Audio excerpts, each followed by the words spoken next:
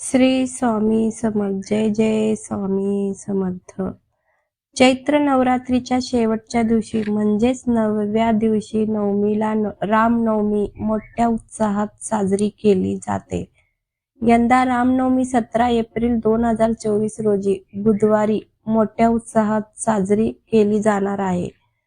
चैत्र मासाच्या नवमीला भगवान विष्णू मानव रूपात रामाचा अवतार घेतला होता असं सांगितलं जातं. वाल्मिकी रामायणानुसार भगवान रामाचा जन्म कर्क राशीत दुपारी 12 वाजता झाला होता.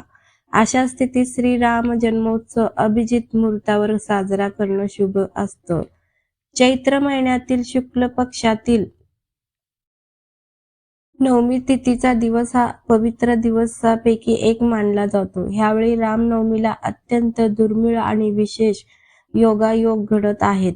यावर्षी रामनवमीचा सण खूप शुभ असणार आहे, कारण या दिवशी गजकेसरी योग तयार होत आहे, जो श्रीरामाच्या कुंडलीतही होता. ह्यावेळी रामनवमीच्या दिवशी अनेक शुभ योग बनत असल्याने हा दिवस अत्यंत फलदायी मानला जातो. आता रामनवमीला पूजेचे शुभ मुहूर्त जाणून घेऊया. शुभ मुहूर्त आहे सकाळी 11:10 ते दुपारी 1:43 पर्यंत आहे आणि कालावधी 2 तास 33 मिनिट राहणार आहे.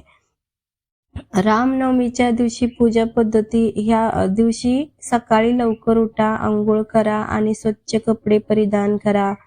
घरातील मंदिरात दिवा लावा. देवी देवतांना आंघोळ घालून त्यांना स्वच्छ वस्त्र परिधान करावे. भगवान रामाच्या मूर्तीवर किंवा फोटोवर तुळशीची पानं आणि फुलं अर्पण करा.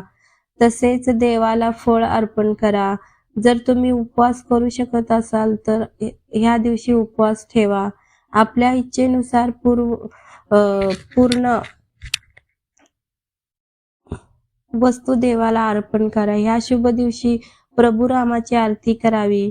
तुम्ही रामचरित मानस, रामायण, श्रीरामस्तुती आणि रामरक्षा स्तोत्र देखील पाठ करू शकता.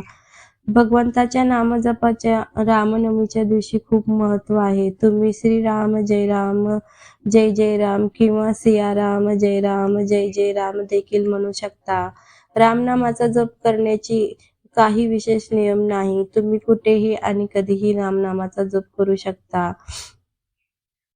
जो व्यक्ती रोज रामनामाचा जप करतो त्याला कोणत्याही प्रकारचे त्रास होत नाही. रामनवमीच्या दिवशी तुमच्या इच्छेनुसार रामनामाचा जप करावा. तुम्हाला याचे सकारात्मक परिणाम पाहायला मिळतील. मंत्र ओम राम रामाय नमः ह्या मंत्राचा जप केल्याने सर्व संकटे दूर होतात. भगवान रामाचा मंत्र हा खूप प्रभावशाली आहे.